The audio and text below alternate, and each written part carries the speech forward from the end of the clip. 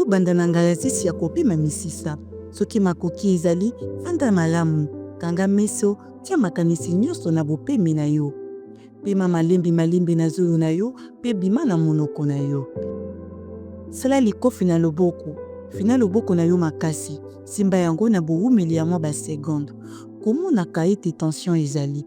Fungola misapi na yo malembe, pe yoka bokeseni, tala tension oyo ezali kokende. Loboko na yo ezali pepele mingi, pe elembi. Okoki kosilisa tension na eteni nyonso ya nzoto na yo, kaka na kotensione, pe korelaxe mikuwa moko na moko na ngala na yango.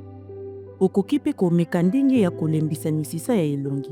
Fina misisa ya elongi na yo, kanga miso, kanga zolo na yo, pe fina misisa ya matama, pe ya suki ya moto. Sima, tension oyo ya elongi, pe relaxe.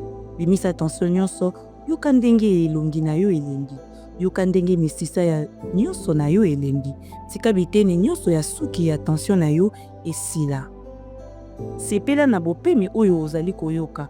Tala ndenge ozali kopema na kimia, ndenge misisa na yo elimbi. Sepela na kopema yango pona mwa tango.